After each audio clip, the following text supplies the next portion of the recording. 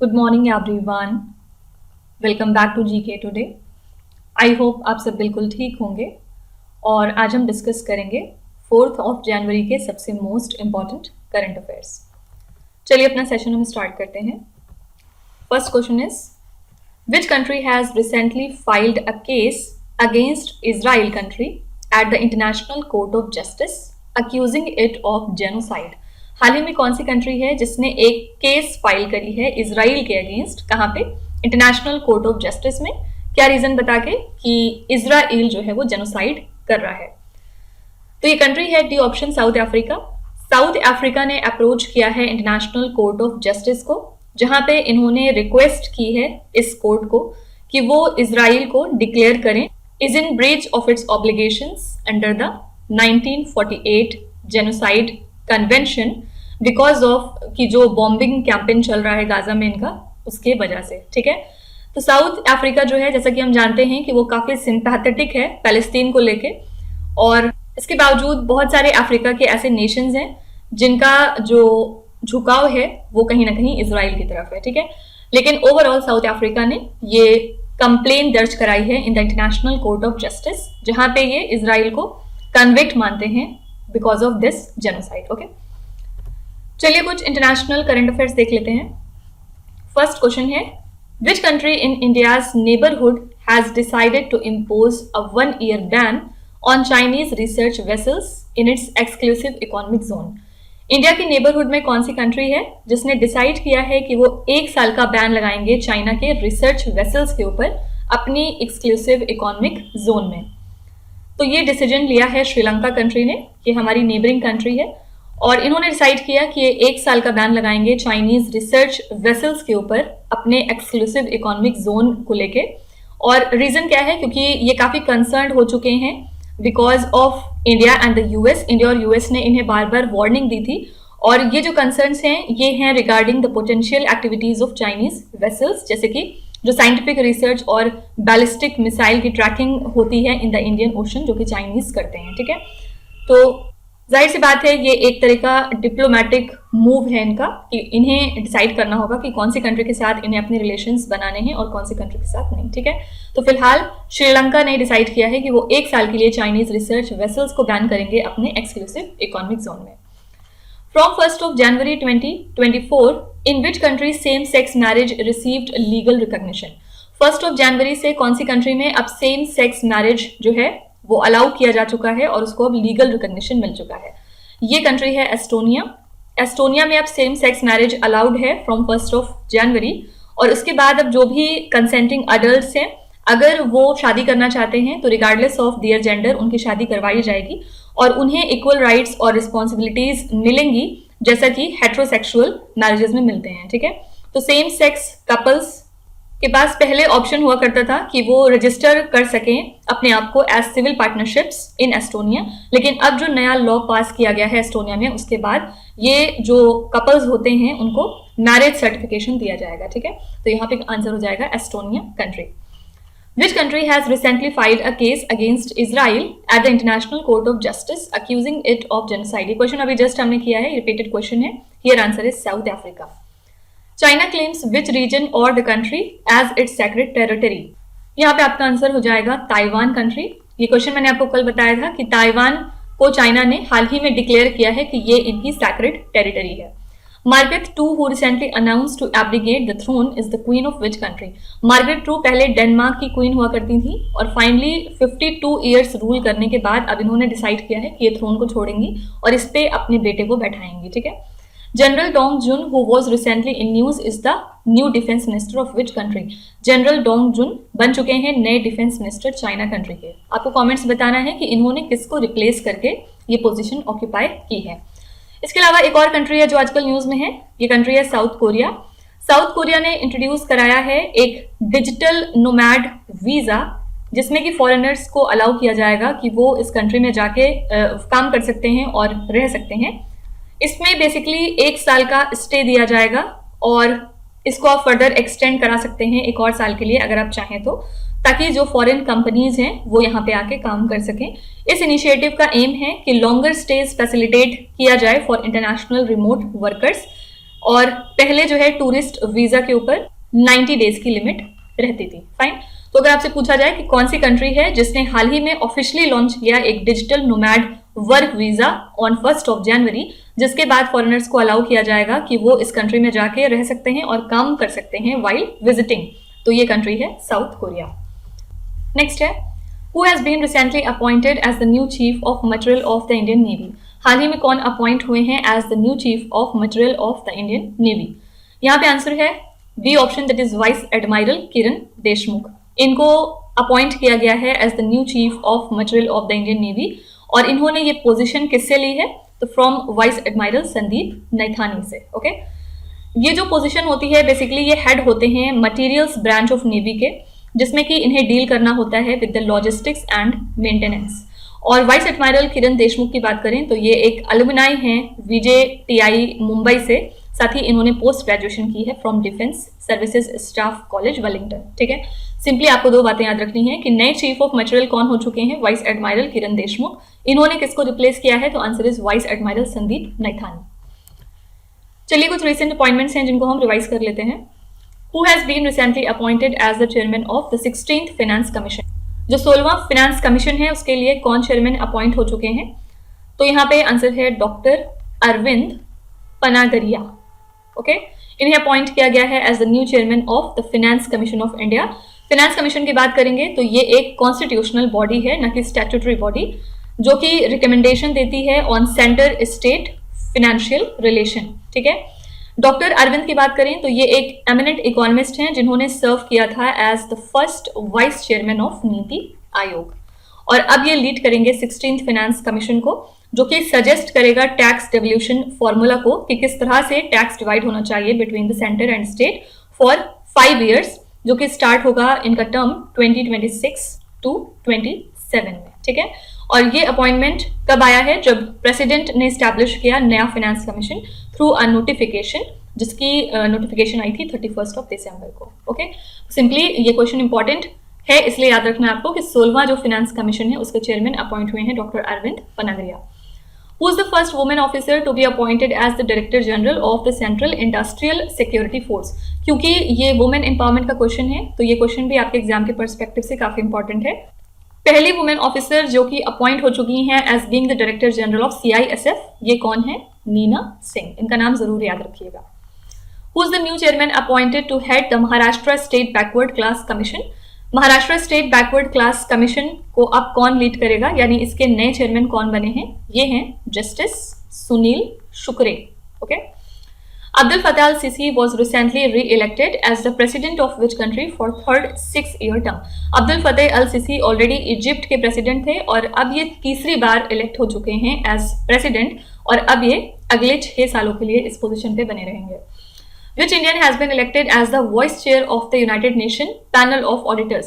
हाल ही में GC मुर्मू को इलेक्ट किया गया था as the Vice Chair of the United Nations Panel of Auditors। ठीक है, नेक्स्ट है, recently which oceanographic research vessel of Indian Navy has embarked on the Sagar Maitri Mission 4 to Oman?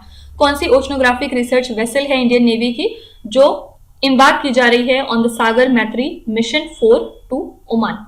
यहाँ पे इसका आंसर है INS सागर ध्वनि। ये एक ओशनोग्राफिक रिसर्च वेसल है इंडियन नेवी की, और हाल ही में ये इम्बार्क हो चुकी है ऑन द सागर मैत्री मिशन 4। कौन सी कंट्री के लिए? ओमान के लिए। ठीक है, गोल क्या है इस मिशन का? Long term scientific partnerships establish करना और कोलैबोरेशन को मजबूत करना इंडियन ओशन रिम कंट्रीज के साथ for ocean research and development. ठीक है, इसके अलावा ये जो शिप है ये शोकेस करेगी इंडिया की कैपेबिलिटीज को in the marine science and technology. Okay, तो यहाँ पे आंसर है INS सागर ध्वनि। चलिए कुछ Indian Navy related current affairs देख लेते हैं। The Indian Navy recently reinducted with ship that return from Maldives after extensive repairs and upgrades at the naval dockyard in Visakhapatnam. Maldives से कौन सी इंडियन नेवी की शिप है जो वापस आई थी, जिसके बाद एक्सटेंसिव रिपेयर करवाया गया था उसमें, और उसको फिर से क्लास ऑफ शिप में री-इंडक्ट कर लिया गया है? तो इसका नाम है INS Tarmugli, Indian navy ship Tarmugli. ये मालदीव्स कंट्री से वापस आई थी, जिसके बाद इसमें बहुत सारे रिपेयर और अपग्रेडेशन होने के बाद इसको फिर से एक बार फिर रीइंडक्ट कर लिया गया है। Which country is leading the 10-nation military force to protect the shipping in the Red Sea after attacks by Yemen's Houthi rebels? Yemen के जो हौती रेबल्स थे उनके अटैक के बाद यूएस ने एक 10 नेशन की मिलिट्री फोर्स को क्रिएट किया है ताकि वो शिपिंग को प्रोटेक्ट कर सकें रेड सी में। Which organization is associated with the first domestically developed naval anti-ship missile short range? कौन सी ऑर्गेनाइजेशन है जो रिलेटेड है पहली domestically developed naval antiship missile short range के साथ? यहाँ पे आंसर है डीआरडीओ।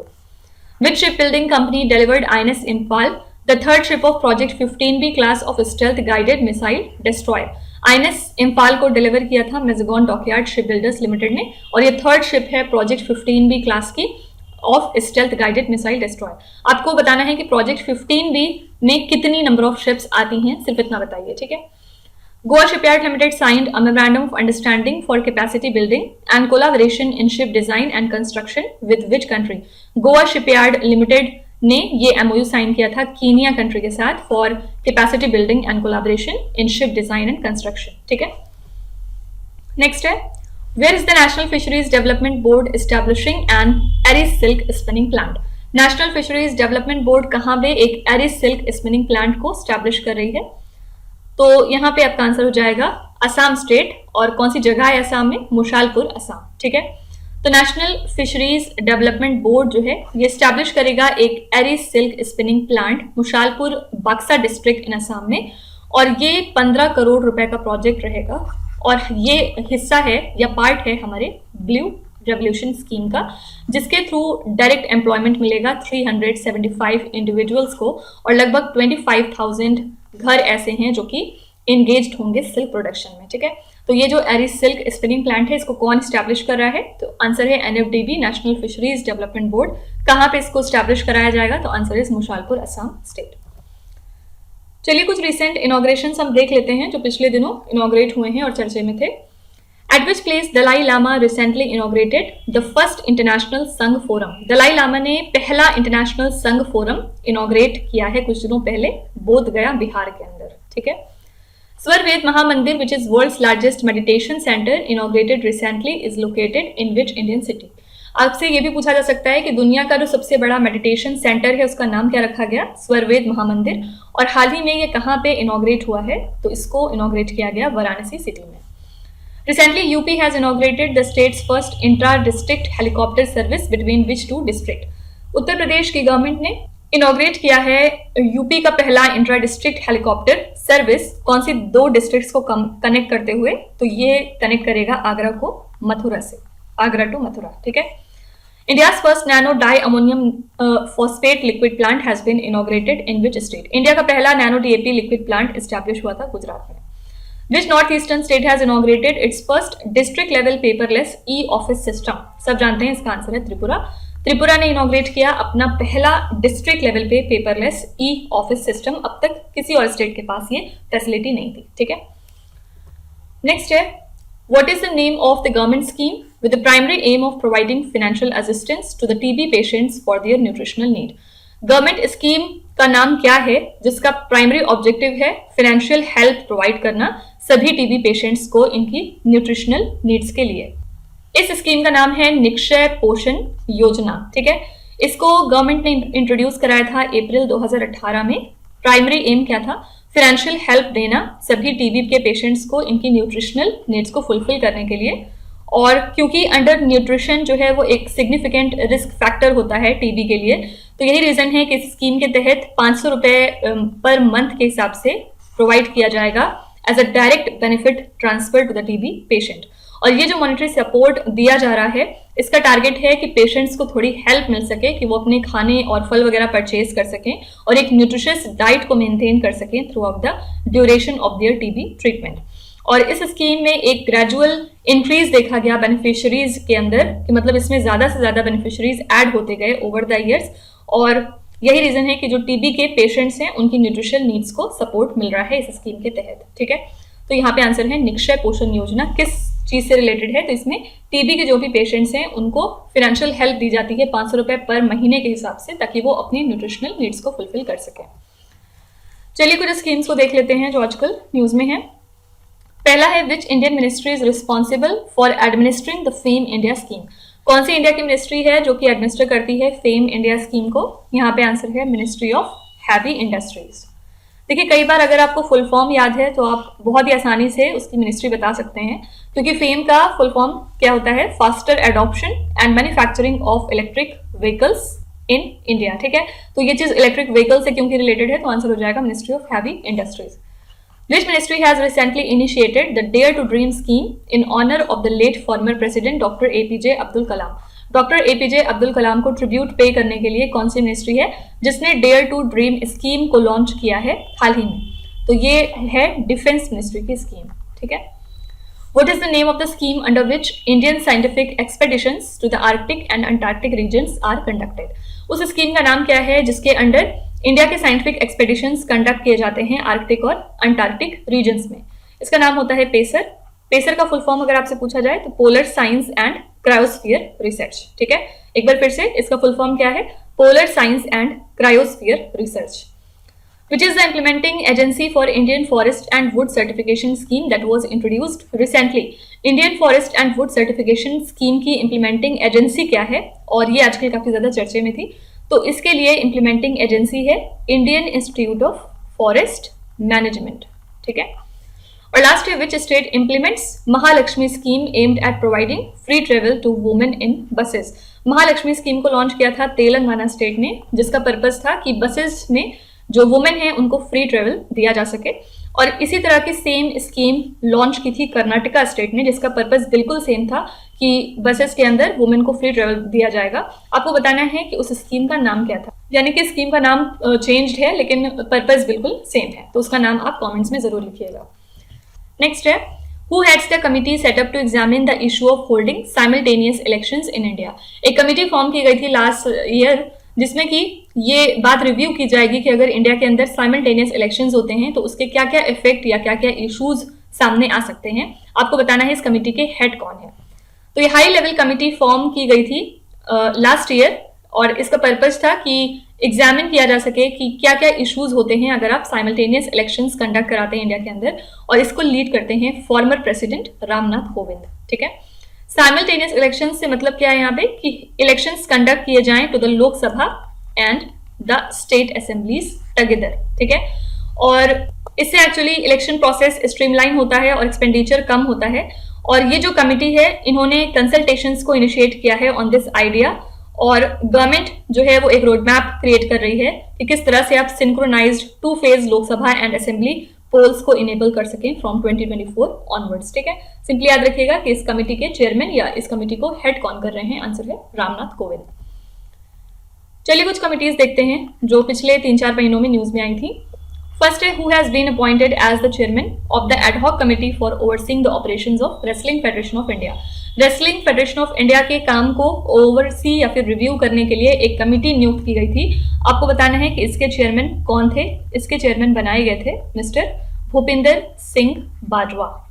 ठीक है, who is the chair of the committee set up to examine the viability of the one nation one election concept. One nation one election concept जो है वो पिछले दिनों काफी न्यूज में था। इसके लिए फिर फाइनली एक कमिटी बैठाई गई कि उसे चेकआउट करना था कि क्या ये कॉन्सेप्ट ठीक तरह से वर्क कर पाएगा कि नहीं, और इसके लिए चेयरमैन बनाए गए थे हमारे former president Ramnath Kovind. Who is the head of the committee set up to onshoring the Indian innovation to gift IFSC। इस कमिटी के लिए हेड बनाए गए थे जी पद्मनाभन।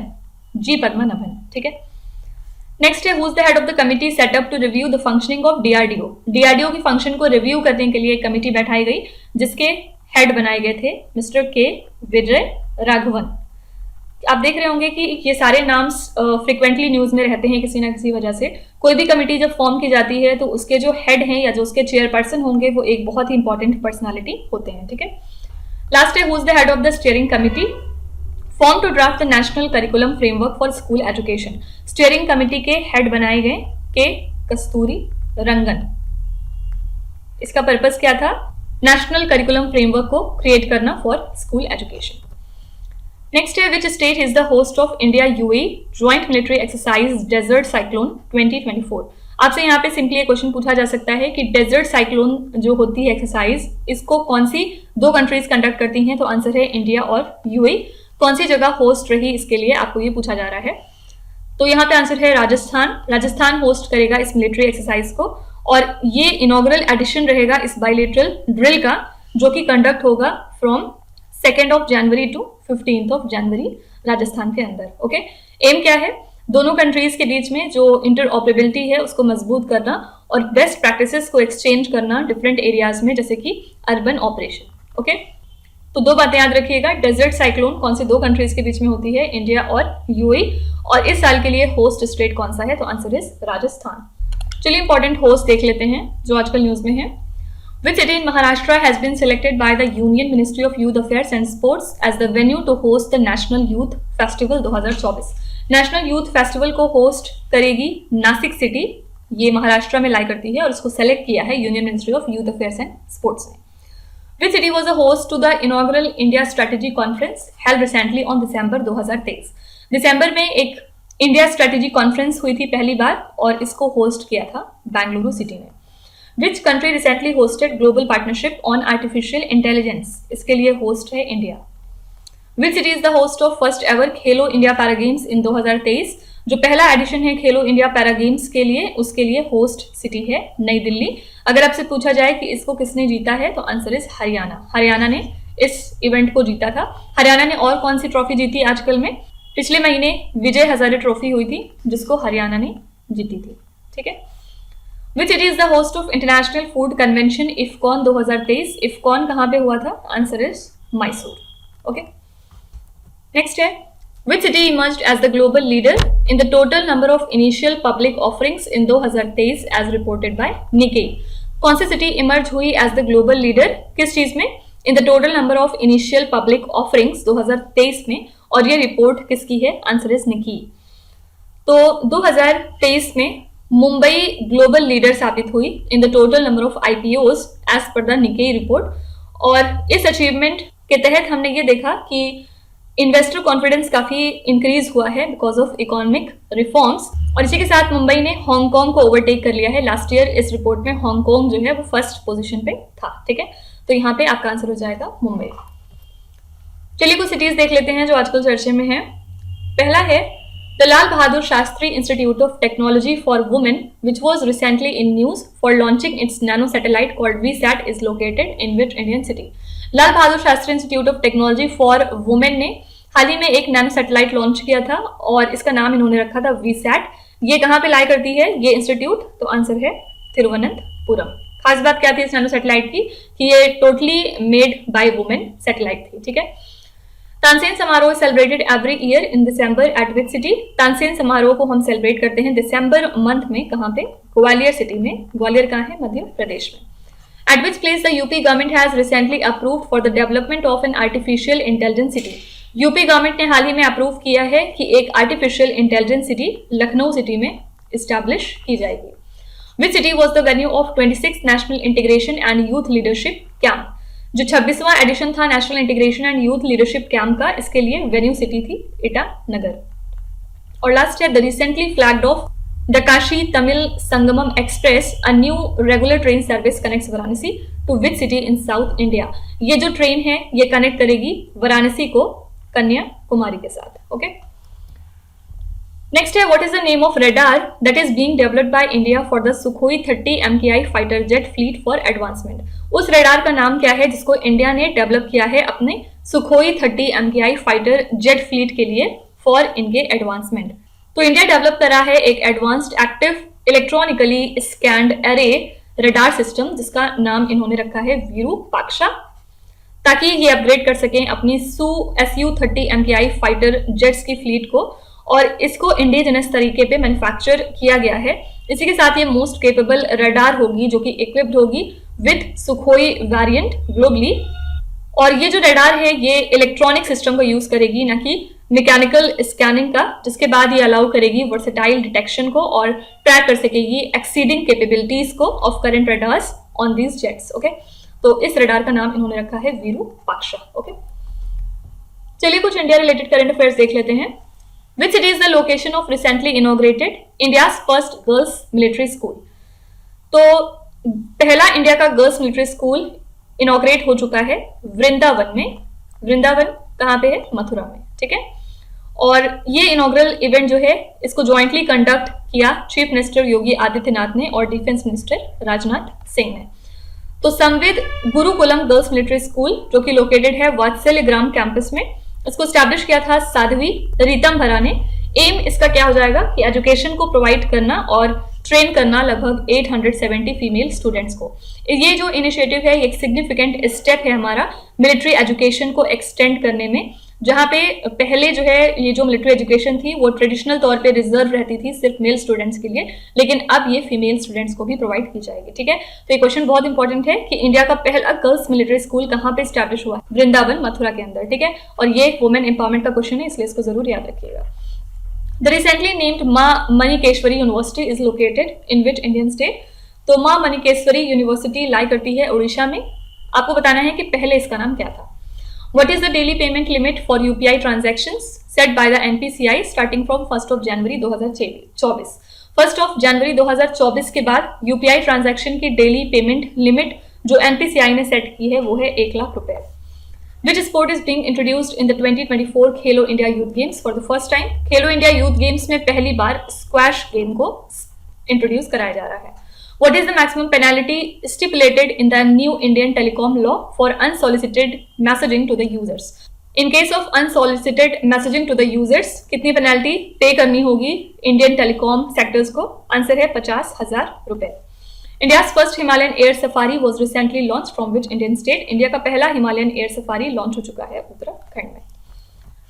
लास्ट है, which state set a Guinness World Record in 2024 for the most number of people performing Surya Namaskar simultaneously eight 108 venues? कौन सा स्टेट है जिसने एक गिनीज वर्ल्ड रिकॉर्ड 2024 में क्रिएट किया है जहां पे बहुत ज्यादा लोगों ने परफॉर्म किया सूर्य नमस्कार, टोटल अलग अलग 108 जगहों पे? तो ये जो गिनीज वर्ल्ड रिकॉर्ड है सेट किया है गुजरात स्टेट ने, और 1 जनवरी 2024 को इन्होंने ये रिकॉर्ड सेट किया जहां पे बहुत सारे लोग, लगभग 50,000 से भी ज्यादा लोगों ने सूर्य नमस्कार परफॉर्म किया डिफरेंट 108 वेन्यूज पे, और इस फीट को रिकॉग्नाइज किया गया as a significant cultural achievement and it is held by prime minister Narendra Modi, जिनका एम्फेसिस था special significance on Indian culture. तो ये जो इवेंट है ये हुआ था at the iconic Modhera sun temple जो कि लाई करता है कहाँ पे? मेहसाना डिस्ट्रिक्ट में। ठीक है, गुजरात के चीफ मिनिस्टर कौन है? भूपेंद्र पटेल। तो आपको दो बातें यहाँ पे याद रखनी है कि ये सूर्य नमस्कार जो परफॉर्म हुआ है गिनीज वर्ल्ड ऑफ रिकॉर्ड में इसको दर्ज किया गया, और ये कहाँ पे लाई करता है या कहाँ पे ये हुआ था? तो आंसर है गुजरात में। और इसमें एक सन टेम्पल है जो कि काफी ज्यादा न्यूज में आया था, मोधेरा सन टेम्पल, तो इसकी लोकेशन भी आप जरूर याद रखिएगा। ये स्टैटिक जीके के फॉर्म में आपसे पूछी जा सकती है कि मोधेरा सन टेम्पल कहाँ पे लाई करता है? Answer is Gujarat. चलिए कुछ रिकॉर्ड करंट अफेयर्स देख लेते हैं। Which state has consistently ranked first in recording entries on the Interoperable Criminal Justice System platform? इस प्लेटफॉर्म पे सबसे ज्यादा एंट्रीज रिकॉर्ड की हैं यूपी ने। As per the NCRB data, which state recorded the highest number of custodial deaths in 2022? NCRB के data के मुताबिक सबसे ज्यादा नंबर ऑफ कस्टोडियल डेथ्स हमें देखने को मिली गुजरात स्टेट में। Which High Court created a record in disposal of cases with the highest ever case clearance rate of 114% in 2022? कौन सा हाई कोर्ट है जिसने एक रिकॉर्ड क्रिएट किया है सबसे ज्यादा नंबर ऑफ केसेस को डिस्पोज करके, जहां पे इनका केस क्लियरेंस रेट रहा 114%? तो ये कोर्ट है मद्रास की हाई कोर्ट।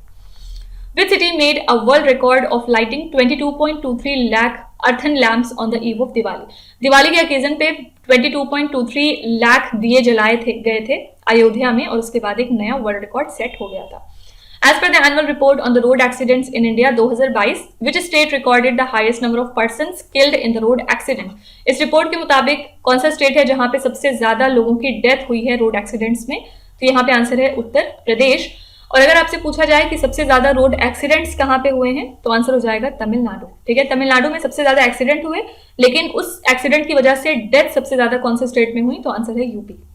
तो ये दो अलग अलग बातें हैं, इनमें कंफ्यूज नहीं करना आपको। तो इसी के साथ हमने आज के सभी इंपॉर्टेंट करंट अफेयर्स को कवर कर लिया। आई होप कि आपने सेशन को एंजॉय किया होगा और काफी कुछ आप नया सीख के जा रहे होंगे।